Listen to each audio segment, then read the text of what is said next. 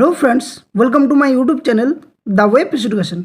सो friends, এই মুহূর্তে একটা ব্রেকিং নিউজ এবং যে আপডেটটা সেটা হচ্ছে রাজ্যের ডিএ মামলা নিয়ে। অর্থাৎ আজকে সুপ্রিম কোর্টে কোর্ট নাম্বার 12তে সিরিয়াল নাম্বার 13তে আজ রাজ্য সরকারের যে ডিএ মামলা, সেই ডিএ মামলার বকেয়া যে ডিএ, সেই ডিএ নিয়ে কিন্তু আজকে শুনানি হয় সুপ্রিম কোর্টে, যেখানে কিন্তু বিচারপতি বিভিন্নভাবে গুরুত্বপূর্ণ মন্তব্য করেন এবং পরবর্তী শুনানির দিন কিন্তু খুব দ্রুততার সাথে ধার্য করে দেন।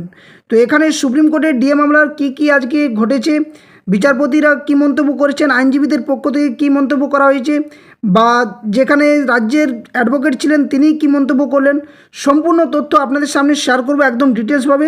তো ভিডিওটা সকলেই শেষ পর্যন্ত দেখুন। আর যারা চ্যানেল নতুন আছেন অবশ্যই বলবো চ্যানেলটি সাবস্ক্রাইব করে পাশে থাকা বেল নোটিফিকেশন অন করুন, যাতে সমস্ত ধরনের আপডেট, নিউজ, নোটিফিকেশন বা যে কোনো ধরনের কেস আপডেট আপনাদের সামনে যথাসময়ে উপস্থাপন করতে পারি। তো দেখুন, বিষয়টা হচ্ছে আজকে কোর্ট নাম্বার 12তে বিচারপতিদের ডিভিশন বেঞ্চে সিরিয়াল নাম্বার 13তে কিন্তু এই মামলার শুনানি ছিল এবং টপ অফ দ্য লিস্ট কিন্তু এই মামলার শুনানি রাখা হয়। তো সেই ভিত্তিতে আজকে মামলার শুনানি হয়, যার ডায়েরি নাম্বার আমরা দেখতেই পাচ্ছি যে 35292/2022 এই মামলা ছিল আজকে, যেখানে the states of West Bengal versus confederation of state government employees West Bengal. তো এই মামলার শুনানি কিন্তু আজকে হয়, অর্থাৎ 4 আগস্ট। আজকে কিন্তু honourable mister justice Sanjay Karol এবং অনারেবল মিস্টার জাস্টিস প্রশান্ত কুমার মিশ্রের বেঞ্চে কিন্তু এই মামলার শুনানি হয় 13 নম্বর সিরিয়ালে। তো টপ অফ দ্য লিস্ট কিন্তু এই মামলা রাখা হয়, যেখানে the states of West Bengal the principal secretary petitioner হিসাবে ছিলেন এবং রেসপন্ডেন্ট হিসাবে ছিলেন confederation of state government employees West Bengal, unity forum. সমস্ত পক্ষের কিন্তু এখানে উপস্থিত আজকে ছিলেন। তো কী বিষয় উঠে এসছে তার ডিটেলস আমরা একদম বাংলাতে আপনাদের সামনে শেয়ার করব। তো ভিডিওটা কেউ স্কিপ করবেন না, শেষ পর্যন্ত দেখুন। যেমনভাবে কেস আপডেটগুলো শেয়ার করা হয় একদম ডিটেলসভাবে আপনাদের সামনে আমি উপস্থাপন করার চেষ্টা করছি। তো সন্দেহজনক ডিএ শুনানি নিয়ে মন্তব্য সুপ্রিম কোর্টের। বকেয়া 25% যে ডিএ কেন দেওয়া হলো না, প্রশ্ন তুলল আদালত। কি বলল রাজ্য, সেটা নিয়েও কিন্তু আমরা এখানে জানার চেষ্টা করব। তো প্রথমেই বলে রাখি যে রাজ্য সরকারের তরফ থেকে যে 25% হারে রাজ্যের সমস্ত কর্মচারীদের বকেয়া ডিএ, যেটা 6 সপ্তাহের মধ্যে কিন্তু সময় দেওয়া হয়েছিল মেটানোর, কিন্তু রাজ্য সরকার নানান অজুহাতে সেখানে মডিফিকেশন চাওয়া হয় রাজ্য সরকার তরফ থেকে, এবং এই বকেয়া ডিএকে এখনও পর্যন্ত যে সে দেওয়াকে কিন্তু বা সুপ্রিম কোর্টের যে নির্দেশ সেটা কিন্তু উপেক্ষা করে চলেছে পশ্চিমবঙ্গ রাজ্য সরকার। তো কি ঘটেছে তার ডিটেলস এখানে দেখুন, আপনাদের সামনে প্রতিবেদন আমি শেয়ার করছি। তো সরকারি কর্মচারীদের বকেয়া মহার্ঘ ভাতা বা ডিএ 25% মিটিয়ে দিলে রাজ্যকে নির্দেশ দিয়েছিল এই সুপ্রিম কোর্টের তরফ থেকে, যেখানে 6 সপ্তাহ সময় দেওয়া হয়েছিল, কিন্তু ওই সময়সীমার মধ্যে রাজ্য টাকা দিতে পারেনি। কেন নির্দেশ মতো বকেয়া মহার্ঘ ভাতা বা ডিএর 25% সরকারি কর্মচারীদের দেওয়া হলো না, প্রশ্ন তুলল সুপ্রিম কোর্ট আজকে, যেখানে ডিএর 25% মিটিয়ে দিতে রাজ্যকে আগে নির্দেশ দিয়েছিল শীর্ষ আদালত। 6 সপ্তাহ সময় দেওয়া হয়েছিল, কিন্তু ওই সময়সীমার মধ্যে রাজ্য টাকা দিতে পারেনি, বরং আদালতের কাছে থেকে আরও 6 মাস সময় চাওয়া হয়েছিল, যেখানে 6 সপ্তাহের জায়গায় আরও 6 মাস রাজ্য সরকার সময় চাওয়া হয়েছিল। এখানে সোমবার অর্থাৎ আজকে সেই সংক্রান্ত শুনানিতে আদালত প্রশ্ন তোলে যে কেন সময়ে টাকা দেওয়া হলো না। রাজ্য সরকারের তরফে তখন জানানো হয় যে আদালতের নির্দেশ তারা কার্যকর করতে চায়, কিন্তু সময় লাগবে। অর্থাৎ প্রথমে এখানে রাজ্য সরকার তরফ থেকে বলা হয়, যিনি ছিলেন আইনজীবী তিনি বলেন যে সময় লাগবে, কারণ 25% বকেয়া ডিএ মেটাতে হলে প্রচুর অর্থের প্রয়োজন, সেই অর্থ জোগাড় করতে সময় লাগবে।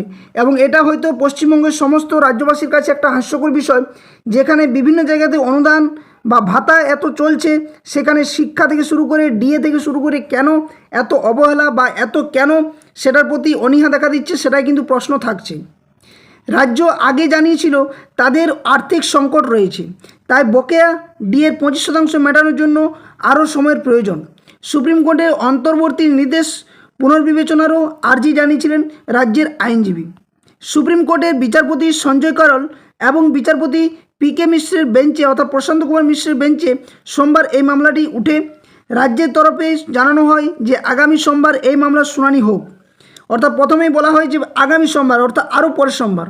অন্যান্য পক্ষও শুনানির জন্য সময় চায়। সরকারি কর্মচারীদের একাংশের আইনজীবী করুণা নন্দী বুধবার শুনানির পক্ষে সওয়াল করেন। এতেই সন্দেহ হয় যে আদালতের কাছে যে কেন সব পক্ষ ডিএ মামলার শুনানির জন্য প্রস্তুত নয়, প্রশ্ন তোলেন বিচারপতি কারল। রাজ্যের আইনজীবীদের উদ্দেশ্যে তার মন্তব্য করেন, অর্থাৎ বিচারপতি কারল মন্তব্য করেন, কি মন্তব্য করেন না, আজ সন্দেহজনক দিন, অর্থাৎ আজকে কিন্তু সন্দেহজনক দিন হিসাবে তিনি বলেন। এখনই আমরা পুরো মামলার শুনানি করব বলে বিচারপতি জানিয়ে দেন। আপনি সওয়াল শুরু করুন বলেও বিচারপতিরা আইনজীবীদের পক্ষে বলে দেন। এতে মামলার বিভিন্ন পক্ষ আপত্তি জানায়। বিচারপতি জানতে চান ডিএ মামলার শুনানির জন্য কোন পক্ষের কত সময় লাগবে। প্রয়োজনে কিছুটা সময় দিয়ে সোমবার বেলা 12টা থেকে শুনানির ইচ্ছা প্রকাশ করেছিলেন তিনি। পরে বিচারপতি জানিয়ে দেন যে আর কাউকে কোনো সময় দেওয়া হবে না। অর্থাৎ এখান থেকে একটা বড় একটা বিষয় উঠে আসছে যে এই মামলা কিন্তু খুব দ্রুততার সাথে পরপর শুনানি হবে এবং রাজ্য সরকার এখানে কিন্তু ফেসে গেছে পুরোপুরি, বকেয়া ডিএ দিতে কিন্তু এরপর রাজ্য সরকারকে প্রস্তুত থাকতে হবে। অর্থাৎ তার জন্য মঙ্গলবারেই এই মামলার শুনানি হবে, অর্থাৎ আগামীকাল কিন্তু এই মামলার শুনানি হতে চলেছে। সব পক্ষকে মঙ্গলবারের মধ্যে প্রস্তুত থাকতে হবে। গত 16ই মে রাজ্য সরকারি কর্মচারীদের বকেয়া ডিএর 25% মেটানোর নির্দেশ দিয়েছিল আদালত।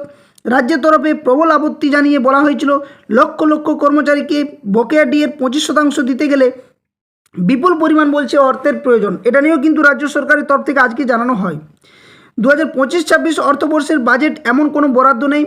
রাজ্যকে যদি এই অর্থ দিতে হয় তাহলে ঋণ নিতে হবে, যার জন্য কেন্দ্রের অনুমতি দরকার। এটাও কিন্তু রাজ্য সরকার জানায়। এই প্রক্রিয়া সময় সাপেক্ষ। তাছাড়া রাজ্যের যুক্তি ছিল ডিএ বাধ্যতামূলক নয়, ঐচ্ছিক বিষয়। এটি কর্মীদের মৌলিক অধিকার নয়, তাই কেন্দ্রীয় হারে ডিএ দিতে বাধ্য নয় রাজ্য। ডিএ নিয়ে আরও PA 2000 যে 9 নিয়মাবলীর উল্লেখও কিন্তু করেছিল পশ্চিমবঙ্গ সরকার। বলা হয়েছিল যে রাজ্যে নতুন নিয়মাবলী চালু করছে, এই নিয়ম অনুযায়ী কত হারে ডিএ বৃদ্ধি পাবে তা রাজ্য নির্ধারণ করে থাকে। কেন্দ্র যে হারে ডিএ দেয় তা রাজ্যের উপর প্রযোজ্য নয়, কারণ কেন্দ্র ও রাজ্যের আর্থিক কাঠামো কিন্তু বিভিন্ন। অর্থাৎ একটার পর একটা কিন্তু মন্তব্য আজকের মধ্য দিয়েও কিন্তু উঠে আসে, যেখানে শেষ পর্যন্ত যে বিচারপতিদের তরফ থেকে যে দিন ধার্য করা হয় সেটা কিন্তু আগামীকাল কিন্তু এটা দিন ধার্য করা হয়েছে। এখানে কিন্তু রাজ্য সরকার তরফ থেকে অনেক কিছু বিষয় উঠে আসছে যে আদৌ কালকে বিচারপতিরা যে মন্তব্য আজকে যে মন্তব্য করেছেন সেই পরিপ্রেক্ষিতে কালকে কিন্তু চূড়ান্তভাবে শুনানি হতে চলেছে এবং সোমবার সেই শুনানি হওয়ার কথা ছিল, যেটা পরের সোমবার। আপাতত শুনানি পরবর্তী দিন ধার্য হলো মঙ্গলবার, অর্থাৎ যেটা 7 দিন পর শুনানি হওয়ার কথা সেটা কিন্তু খুব দ্রুততার সাথে বিচারপতিরা শুনানি করতে চাইছেন এবং যার জন্য আগামীকাল এই মামলার শুনানি কিন্তু ঠিক করা হয়েছে। তো এই ছিল মামলার মূল বিষয়। আজকেও কিন্তু ঠিকভাবে শুনানি হয়নি, শুধুমাত্র যে সময় বা দিন সেই দিন ধার্যের জন্যই কিন্তু আজকে যে টানাপোড়েনের বিষয়, কিন্তু রাজ্য সরকার তরফ থেকে বিভিন্ন মন্তব্য বারবার করা হচ্ছে যে এই পরিমাণ অর্থ নেই, এই নেই, ওই নেই, এটার পর ওটা, ওটার পর ওটা, কিন্তু একটার পর একটা অজুহাত দেখিয়ে চলেছে। কিন্তু যা পরিস্থিতি বা রাজ্য সরকারের যে নির্দেশ দেওয়া হয়েছিল সুপ্রিম কোর্টের তরফ থেকে যে বকেয়া ডিএ 6 সপ্তাহের মধ্যে মেটানোর কথা, সেটা রাজ্য সরকার উপেক্ষা করেছে, যার পরিপ্রেক্ষিতে এরপর কিন্তু মামলার শুনানি একটার পর একটা দিন এবং খুব দ্রুততার সাথে হিয়ারিংগুলো হতে চলেছে। তো আশা করছি রাজ্য এবার বকেয়া ডিএ দিতে বাধ্য হবে এবং সুপ্রিম কোর্ট নির্দেশ মানতেও কিন্তু বাধ্য হবে এবং শেষ পর্যন্ত কোর্ট যে অবমাননার যে মামলা সেটাও কিন্তু চরম পরিণতি দেখা দিচ্ছে রাজ্যের দিকে। তো এই ছিল আজকের মূল আপডেট। সেরকমভাবে কোনো কিছু শুনানি হয়নি। পরবর্তী আপডেট কালকে আবারও আপনাদের সামনে নিয়ে আসবো।